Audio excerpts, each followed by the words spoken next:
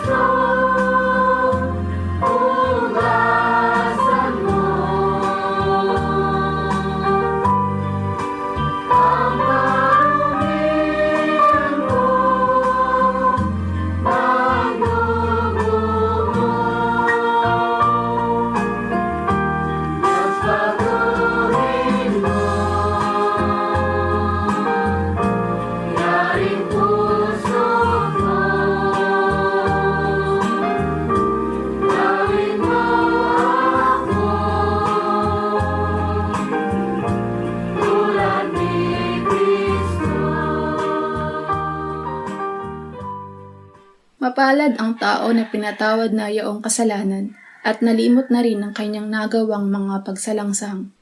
Mapalad ang taong sa harap ng Panginoon ay di na pinararatangan ng kasalanan, dahilan sa siya ay hindi nanlilinlang.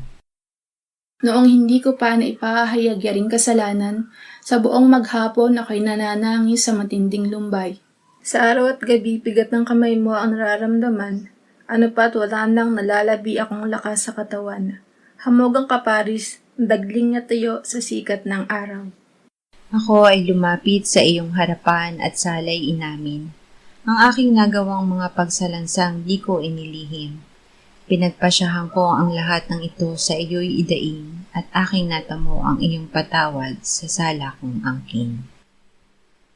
Mga minamahal, sinasabi sa unang Juan, Kabanata 1, Talata 9, kung ipinapahayag natin ang ating mga kasalanan, maaasahan nating ipatatawad sa atin ng Diyos ang mga ito at lilinisin tayo sa lahat ng ating kasamaan sapagkat siya'y tapat at matuwid. Salamat sa iyo, O Diyos. Pinatunayan mo ang iyong pag-ibig sa amin nang si Kristo ay mamatay para sa amin noong kami mga makasalanan pa. Ngayon ay buksan mo ang aming mga labi at kami ay magpupuri sa iyo.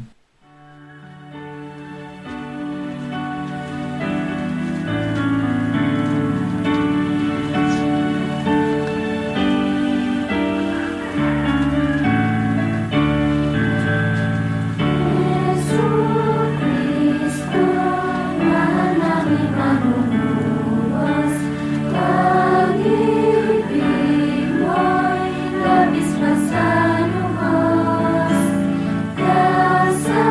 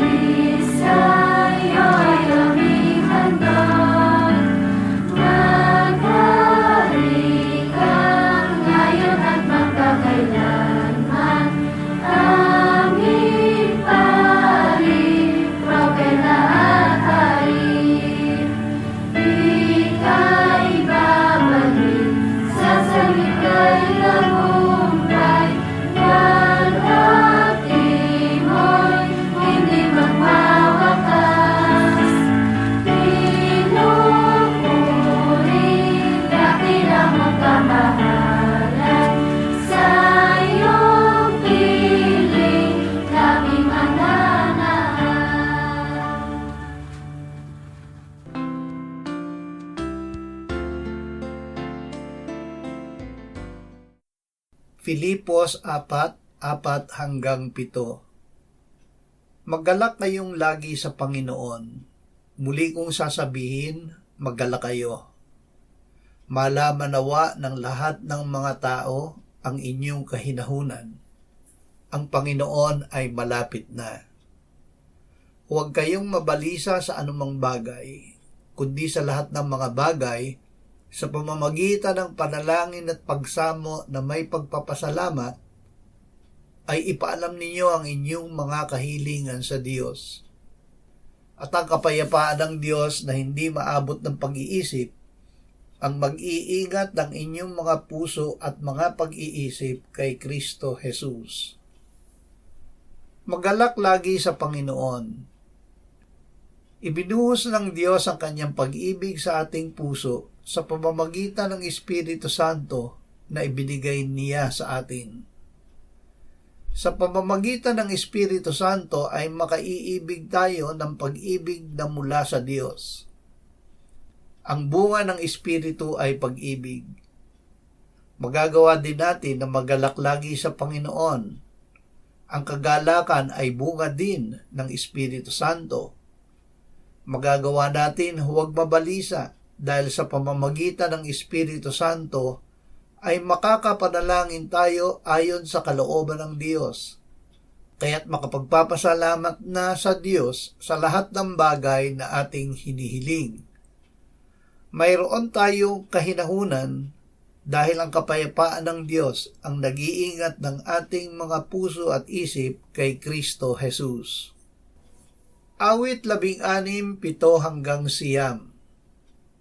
Aking pupurihin ang Panginoon na nagbibigay sa akin ng payo. Maging sa gabi ay tinuturuan ako ng aking puso. Lagi kong pinananatili ang Panginoon sa aking harapan. Hindi ako matitinag sapagkat siya ay nasa aking kanan. Kaya't ang aking puso ay masaya at nagagalak ang aking kaluluwa. Ang akin namang katawan ay tatahang payapa. Magsanay sa presensya ng Diyos. Sinabi ni Apostol Pedro na sinabi ni David, nakita ko ang Panginoon na laging kasama ko sapagkat siya'y nasa aking kanang kamay upang huwag akong matinag. Kaya't nagalak ang aking puso at natuwa ang aking dila. Gayon din ang aking katawan ay mananatiling may pag-asa. Sapagkat hindi mo hahayaan ang kaluluwa ko sa Hades, ni pahihintulot man na ang iyong banal ay makakita ng kabulukan. Ipinaalam mo sa akin ang mga daan ng buhay. Pupuspusin mo ako ng kagalakan sa iyong harapan. Mga kapatid, may tiwalang masasabi ko sa inyo ang tungkol sa patriarkang si David. Siya rin ay namatay at inilibing at nasa atin ang kanyang libingan hanggang sa araw na ito. Yamang siya'y isang propeta at nalalaman niyang nangako ang Diyos sa kanya na ang isa sa kanyang mga inapo ay iluluklok niya sa kanyang trono. Yamang nakita niya ito bago pa mangyari, nagsalita si David tungkol sa muling pagkabuhay ng Kristo. Hindi siya pinabayaan sa Hades, ni ang kanyang katawan ay nakakita ng kabulukan. Ang Jesus na ito'y muling binuhay ng Diyos at tungkol dito'y mga saksi kaming lahat. Unang Juan 3:11-22. Dito natin makikilala na tayo'y mula sa katotohanan at magkakaroon ng kapanatagan ng ating mga puso sa harapan niya tuwing hahatulan tayo ng ating puso. Sapagkat ang Diyos ay higit na dakila kaysa ating puso at nalalaman niya ang lahat ng mga bagay. Mga minamahal, kung tayo'y hindi hinahatulan ng ating puso, tayo ay may kapanatagan sa harapan ng Diyos. At anumang ating hingin ay tinatanggap natin mula sa Kanya, sapagkat tinutupad natin ang Kanyang mga utos at ginagawa natin ang mga bagay na kalugod-lugod sa kanyang harapan. Tuparin ang utos ng Diyos. Ang Diyos ay gumagawa upang agad nating ipahayag sa Kanya ang ating kasalanan kung tayo'y magkasala. Sinabi ni David, sa araw at gabi ay mabigat sa akin ang iyong kamay, ang aking lakas ay natuyong gaya ng sa init ng tag-araw. Kinilala ko ang aking kasalanan sa iyo at hindi ko ikinubli ang aking kasamaan.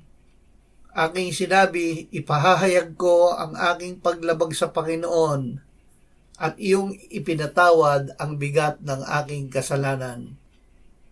At sundin natin ang utos ng Diyos.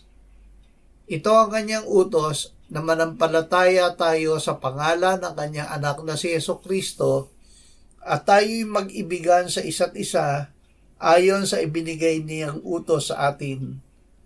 At ang tumutupad ng kanyang mga utos ay nananatili sa kanya at siya sa kanya.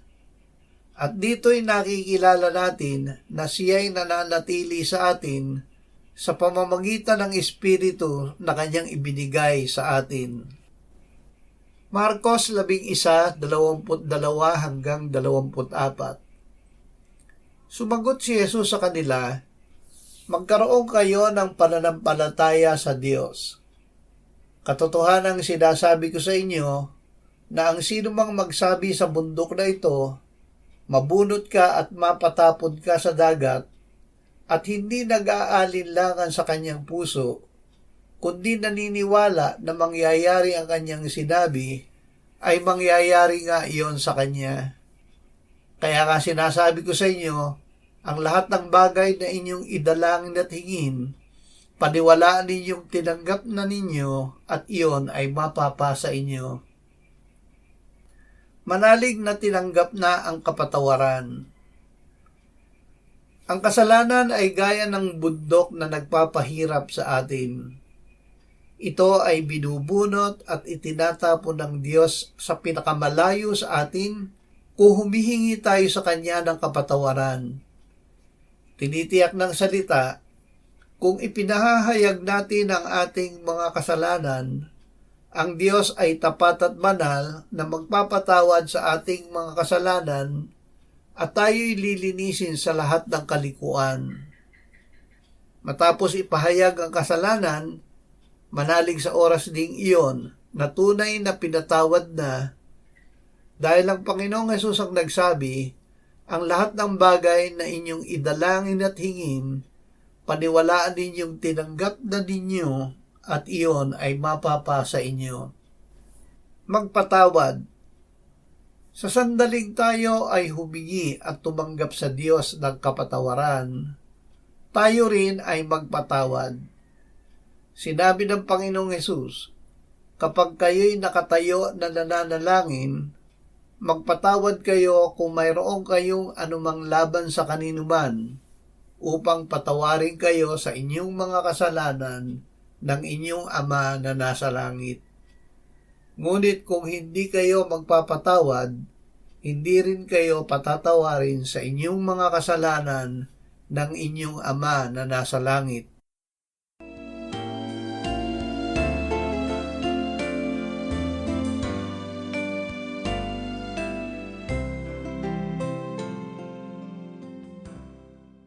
Manalangin tayo. Panginoong Hesus, sinabi mo, malibang kainin ninyo ang laman ng anak ng tao at inumin ang kanyang dugo, kayo ay walang buhay sa inyo. Ang sino mang kumakain ng aking laman at umiinom ng aking dugo ay may buhay na walang hanggan, at akin siyang muling bubuhayin sa huling araw. Sapagkat ang aking laman ay tunay na pagkain, ang aking dugo ay tunay na inumin. Siya na kumakain ng aking laman at umiinom ng aking dugo ay nananahan sa akin at ako sa kanya. Kung paanong buhay ang Ama na nagsugo sa akin at ako ay nabubuhay sa pamamagitan ng Ama, gayon din siya na kumakain sa akin. Siya man ay mabubuhay sa pamamagitan ko. Panginoong Hesus, Aming tagapagligtas, tinatanggap ka namin sa oras na ito bilang aming tinapay ng buhay. Tinatanggap namin ang iyong katawan na ipinako sa krus, namatay, inilibing, pinuhay na muli at iniakyat ng Ama sa kanyang kanan sa langit bilang aming tunay na pagkain. Tinatanggap namin ang iyong dugo na nabuhos sa ikapagpapatawad ng aming kasalanan bilang aming tunay na inumin. Manahan at mabuhay ka sa amin upang kami ay mamuhay sa pamamagitan mo kung paanong ikaw ay namuhay sa pamamagitan ng Ama. Salamat, Ama, sapagkat dahil kay Kristo, kami ngayon ay nakapamumuhay kasama mo kaisa ng Espiritu Santo. Sa iyo ang lahat ng kalwalhatian, ngayon at magpakailanman. Amen.